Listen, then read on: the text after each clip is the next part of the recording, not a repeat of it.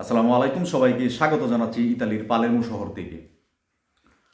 ইতালিতে যারা আমরা আশ্রয় আবেদন করছি এবং আমাদের ফার্স্ট কমিশন অলরেডি হয়ে গেছে, তারপরে আমরা যেটা করি সেটা হচ্ছে আমরা যে রেজাল্টটা হয়, যদি আপনার পজিটিভ চলে আসে তাহলে তো আপনি প্রতিসিয়ন ইন্টারন্যাশনালে, প্রতিসিয়নে স্পেশালে বা যে কোনো একটা মতিবুতে আপনি 2 বছর থেকে 5 বছরের কার্ড পেয়ে যাবেন।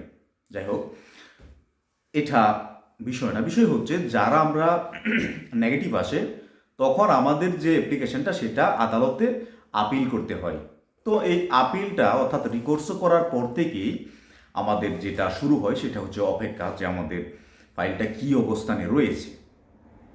এটা আমরা অনেকেই জানি যে একটা অ্যাপ রয়েছে ইতালিয়ান সরকারের অর্থাৎ গভর্নমেন্টের সাইট থেকে একটা অ্যাপ রয়েছে, যেটার মাধ্যমে আমরা আমাদের ফাইলটা কী অবস্থানে রয়েছে বা কি কি পরিবর্তন হচ্ছে সেটা আমরা দেখতে পারি।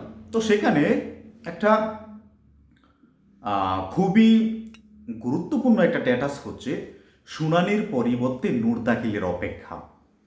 আপনারা জানেন যে স্ট্যাটাসগুলো আসে সেটা ইতালিয়ান ভাষাতে সেখানে রয়েছে। সেটা যদি আপনি ট্রান্সলেট করার পরে দেখবেন একটা স্ট্যাটাস এটা আসে যে শুনানির পরিবর্তে নোট দাখিলের অপেক্ষা।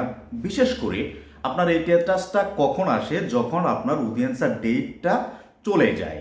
অর্থাৎ ধরেন যে আগামী মাসের এপ্রিলের 10 তারিখে আপনার দ্বিতীয় কমিশন যেটাকে আমরা বলি সেটা বা অডিয়েন্সা রয়েছে, সেই 10 তারিখে হয়তোবা এই স্ট্যাটাসটা চলে আসবে। ওই অ্যাপের মধ্যে আপনি দেখতে পাবেন এই স্ট্যাটাসটা চলে আসছে, যেটা আপনি যখন বাংলা ট্রান্সলেট করবেন সেখানে দেখবেন যে শুনানির পরিবর্তে নোট দাখিলের অপেক্ষা, বা এটা বিভিন্ন ধরনের হয়ে আছে। যেমন শুনানির পরিবর্তে নোট দাখিলের অপেক্ষা যে সময়সীমা দেওয়া হয়েছে সেটা শেষ হয়ে গেছে, এরকম বিভিন্ন ধরনের স্ট্যাটাসটা এরকম হয়।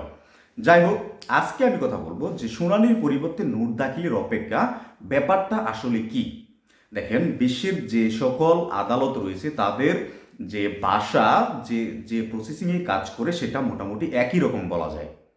তার ব্যতিক্রম আপনার যে মামলাটা কোর্টে আপিল করছেন সেটাও তার ব্যতিক্রম নয়। তো সেটা আমরা বুঝতে পারি না যে শুনানির পরিবর্তে নোট দাখিলের অপেক্ষা ব্যাপারটা আদৌ কি। তো ব্যাপারটা হচ্ছে যে যে তারিখে আপনার শুনানি হওয়ার কথা ছিল সেই তারিখে শুনানির পরিবর্তে নোট দাখিলের অপেক্ষা, এই ব্যাপারটা যে বিচারক রয়েছে তারা শুধুমাত্র আপনার একটা অ্যাপ্লিকেশনই তারা কন্ট্রোল করে, ব্যাপারটা এরকম না। তারা অনেক কাজে ব্যস্ত থাকে, যার ফলশ্রুতিতে বিচারক এই সিদ্ধান্ত উকিলকে জানিয়ে দেয় যে আপনার কোনো বক্তব্য আমার প্রয়োজন নেই, এমনকি আপনার ক্লায়েন্টের কোনো বক্তব্যেরও আমার প্রয়োজন নেই বা কোনো শুনানির প্রয়োজন নেই। নোট দাখিলের অপেক্ষা বলতে এখানে বোঝায় যে আপনার ক্লায়েন্টের যেসব নথিপত্র রয়েছে অর্থাৎ যেসব ডকুমেন্টস রয়েছে সেগুলো দাখিল করেন আমাকে শুধু।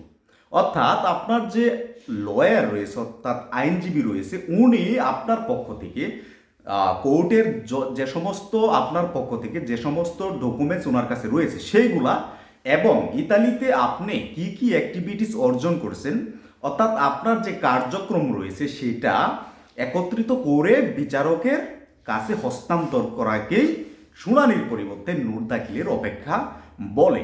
অর্থাৎ একজন আইনজীবী তখন যে কাজটা করে সেটা হচ্ছে, যখন ওনার বিচারক বলে যে আপনার অ্যাক্টিভিটিস, আপনার ক্লায়েন্টের অ্যাক্টিভিটিসগুলো আমাকে সরাসরি দাখিল করেন, আপনার শুনানির কোনো প্রয়োজন নেই, তখন যেটা করে আপনি যেখানে কাজ করতেছেন অর্থাৎ কন্ট্রাক্টে কাজ করতেছেন, আপনার বুস্তাবাগা রয়েছে, আপনি একটা বাসা নিয়েছেন থাকার জন্য, সেই বাসার কন্ট্রাক্ট রয়েছে, আপনি রেসিডেন্ট রয়েছে, আপনার ড্রাইভিং লাইসেন্স রয়েছে, আপনার ল্যাঙ্গুয়েজ স্কুল সার্টিফিকেট রয়েছে, A1 হতে পারে, A2 হতে পারে, B1 হতে পারে, যেটাই হোক না কেন।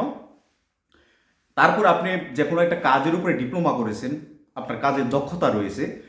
মোট কথা হচ্ছে যে যে অ্যাক্টিভিটিসগুলো আপনি এখানে অর্জন করেছেন সমস্ত কিছু আপনার হয়ে আপনার অ্যাডভোকেট জাজের কাছে অর্থাৎ জুডিসির কাছে সেগুলা বিস্তারিতভাবে উপস্থাপন করবে, এবং সেটা উপস্থাপন করার পর ওই বিচারক সবগুলা যে ডকুমেন্ট, যে নথিপত্র অ্যাডভোকেট অর্থাৎ আপনার আইনজীবী সেটা সাবমিট করবে, সেগুলা সুন্দর করে বিচার করে ওনার যে সিদ্ধান্ত সেটা জানিয়ে দেবে। সেটা পজিটিভ হতে পারে বা নেগেটিভও হতে পারে।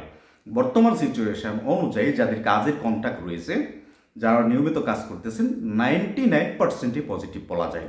সো এখানে আমাদের একটা অতিরিক্ত একটা কথা বলে রাখি আপনাদের, যে এখন ইতালিতে যদি আপনি পারমিশনারি সৌজন্য পেতে চান তাহলে অবশ্যই আপনাকে কন্ট্রাক্টে কাজ করে যেতে হবে। এটা মোটামুটি বাধ্যতামূলক। আর আপনি অবশ্যই ব্ল্যাক ওয়ার্ক যেটাকে বলে, অর্থাৎ কন্ট্রাক্ট ছাড়া কাজ অবশ্যই করবেন না। যদি আপনার এখনও পারমিশনারি সৌজন্য পর্যন্ত না হয় বা আপনি না পান, তাহলে অবশ্যই আপনাকে কন্ট্রাক্টে কাজ করতে হবে। যাই হোক, শুনানির পরিবর্তে নোট দাখিলের অপেক্ষা ব্যাপারটা মনে হয় আপনাদেরকে বোঝাতে পারছি।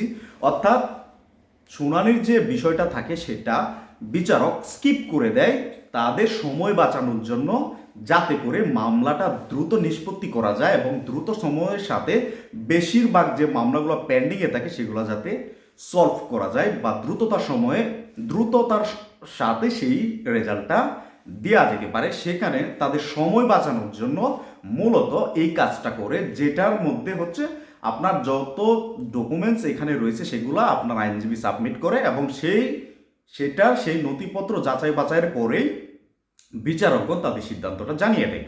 তো এটা কতটুকু সময় আসলে লাগতে পারে আপনার, এটা একটা প্রশ্ন আপনাদের থাকতে পারে। যে আমার যে স্ট্যাটাসটা আসছে, অর্থাৎ যদি আমার এপ্রিলের 10 তারিখে যদি আমার অডিয়েন্সটা হয়, তো সেটা ওই দিন যে স্ট্যাটাসটা আসলো, অর্থাৎ শুনানির পরিবর্তে নোট দাখিলের যে অপেক্ষা সেটা যেহেতু আসলো, তার থেকে ঠিক কতদিন পরে আমি রেজাল্টটা পেতে পারি, এটা স্পেসিফিকলি কেউ বলতে পারবে না। এটা আমি যতটুকু দেখেছি, আমার যতটুকু অভিজ্ঞতা আছে, 8 থেকে 10 দিনের ভেতরে রেজাল্ট চলে আসছে, বা কারো ক্ষেত্রে 1 মাসও লাগতে পারে। কারণ সেটা সম্পূর্ণ নির্ভর করে ওই বিচারকের উপরে। অর্থাৎ আপনার উকিল, আপনার আইনজীবী যিনি রয়েছেন, উনি আপনার যে ডকুমেন্টসগুলো সেগুলো সাবমিট করার পরে এটা সম্পূর্ণই ডিপেন্ড করে বিচারকের উপরে। বিচারক সাথে সাথে দেখে যদি 2-1 দিন বা 5 দিন 7 দিনের ভিতরে রেজাল্ট দিয়ে দেয়, আপনি পেয়ে যাবেন। যদি তাদের যে প্রসেসিংটা রয়েছে, অর্থাৎ যেটা যাচাই বাছাই করার প্রক্রিয়া, সেটা যদি লেট হয় তাহলে কিন্তু আপনার রেজাল্টটাও লেট হবে। তবে হ্যাঁ, যদি আপনার এই স্ট্যাটাসটা আছে যে শুনানির পরিবর্তে নোট দাখিলের অপেক্ষা, তাহলে এটা ধরে নেবেন যে আপনার ডকুমেন্টস 99% হয়ে যাবে। কারণ এখানে মিস হওয়ার কথাই না। যদি আপনার যে কন্ট্যাক্ট রয়েছে, আমি কাজের কন্ট্যাক্টের কথা বলতেছি, এটাই সবচেয়ে গুরুত্বপূর্ণ। কারণ ইতালিতে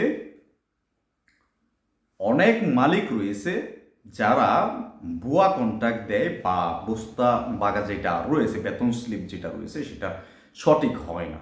তো এই ধরনের সমস্যা যদি আপনার না থাকে, এবং ব্যাংক অ্যাকাউন্টের জটিলতা অনেকের রয়েছে, যারা ব্যাংকে টাকাটা পেমেন্ট নিতে পারেন না, এই ধরনের যে সমস্যাগুলো, এটা যদি তারা, অর্থাৎ যিনি বিচারক রয়েছেন, উনি যদি কোনো ধরনের ত্রুটি খুঁজে পান, তাহলে অবশ্যই কিন্তু আপনার যে রেজাল্টটা সেটা হয়তো বা পেন্ডিংয়ে রেখে তারা আরও যাচাই বাছাইয়ের দিকে এগিয়ে যাবে। আর না হয় আপনার যদি সব কিছু সঠিক থাকে, তাহলে 7 থেকে 8 দিন বা সর্বোচ্চ 15 দিনের ভিতরে আপনার রেজাল্টটা পজিটিভ চলে আসবে। যাই হোক, অনেক ভাইদের আপনাদের প্রশ্ন যে আসলে এই ব্যাপারটা কি, আমি আপনাদেরকে অতি সহজে বোঝানোর চেষ্টা করছি যে ব্যাপারটা আসলে কি। অর্থাৎ সময় বাঁচানোর জন্য বিচারকরা শুনানির পরিবর্তে নোট দাখিল, অর্থাৎ নথিপত্র যাচাই বাছাই করার মাধ্যমে আপনার রেজাল্টটা তারা দিয়ে দেয়। এটাই হচ্ছে এটার মূল বক্তব্য। যাই হোক, যারা আপনারা দ্বিতীয় অডিয়েন্সের জন্য অপেক্ষা করতেছেন, সবার জন্য শুভকামনা রইল। যারা এই স্ট্যাটাস পাবেন তাদের জন্য শুভকামনা। আপনারা যদি কোনো ধরনের প্রশ্ন থাকে যে দ্বিতীয় অডিয়েন্স নিয়ে কোন কোন স্ট্যাটাসটা আপনারা বুঝতে পারতেছেন না, অর্থাৎ এটা বোঝাটা খুবই ডিফিকাল্ট একটা বিষয়। কারণ এখানে ইতালিয়ান ভাষায় লেখা থাকে, যেটা আপনি কনভার্ট করবেন বাংলাতে, তখন যেটা বাংলা আসবে সেটাও আমরা বুঝতে পারি না। কারণ এখানে সংক্ষিপ্ত আকারে কিছু লেখা থাকে, যেটা বিস্তারিত বুঝতে গেলে আপনাকে একটু রিসার্চ করতে হবে এই বিষয়টা নিয়ে। যাই হোক, সবার জন্য শুভকামনা রইল। যেহেতু নতুন কোনো আপডেট আসে অবশ্যই আপনাদের সাথে শেয়ার করব। ততক্ষণ পর্যন্ত ভালো থাকবেন সবাই। ধন্যবাদ সবাইকে।